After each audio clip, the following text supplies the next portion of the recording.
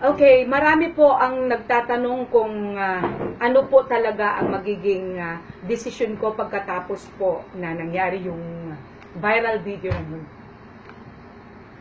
Okay, first of all, nakita nyo kung gaano kagalit ang isang mistika doon. Kahit gusto ko nga pong noon na magalit at yung talagang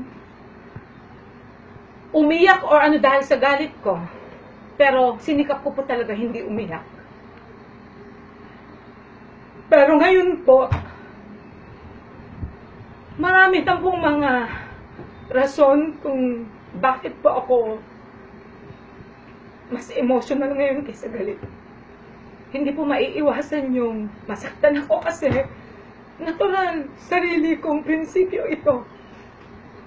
Sarili kong buhay, sarili kong karir. Iniris ko. Nawalan po ako ng trabaho.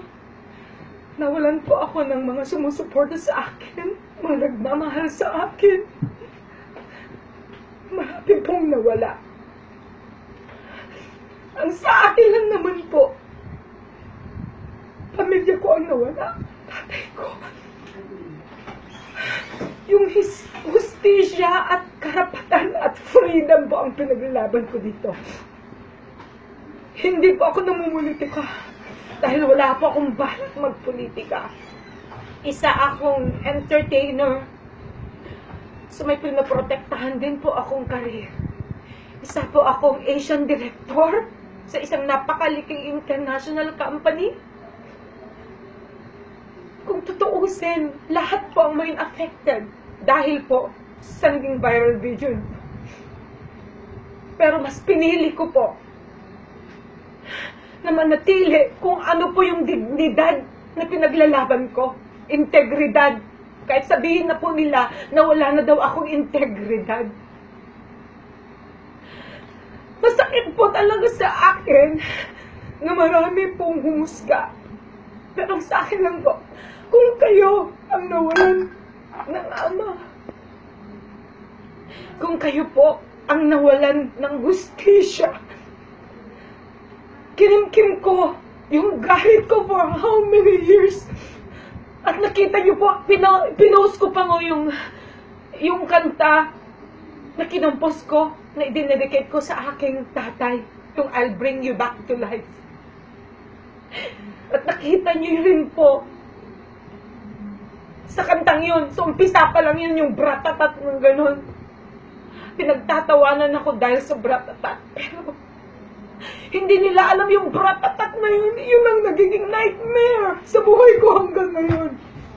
At nagtatakot ako na maulit pa at makita pa ulit yung mga nightmares na yun.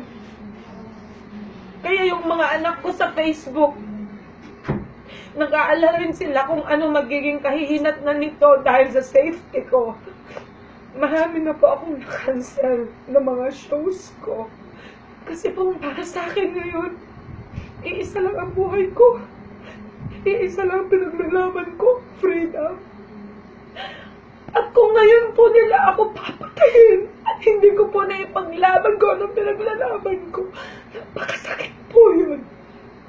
Dahil hindi ko nabigyan ng hustisya ang tatay at pamilya ko. Ngayon, sa labang ito, nakahanda po ako kahit anong mangyari. At sana naman po, marami pong susuporta kung ano man yung pinaglalaban ko kasi hindi po para sa akin ito. Para po sa ating lahat. Para po sa kapangalan ng lahat. Dahil oras na nagkamali po tayo ng desisyon. Magiging masahol pa po ang buhay natin. Ang martial yun noon. Kasi hindi nila nakita. Hindi na imulat sa kanila kung gaano kahirap yung mawalan ka ng karapatan dahil wala kang baril.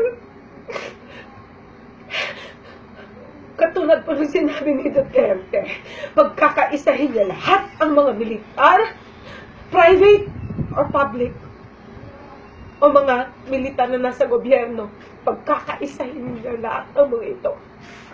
Hindi na kay Duterte ang kamay na bakal dahil siya ang pinakaduwag.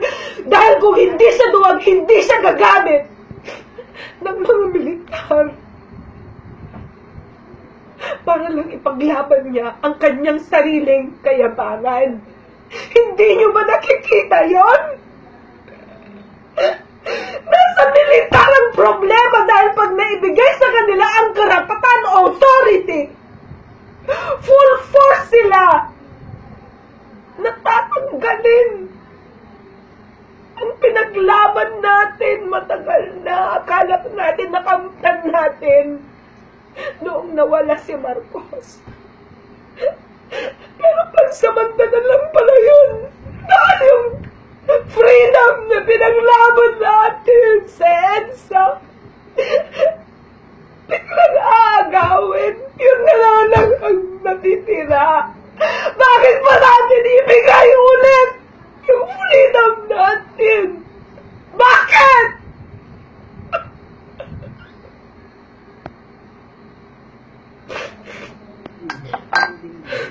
Mag-isip ka kayo. Parang away yun na. Gandang closing.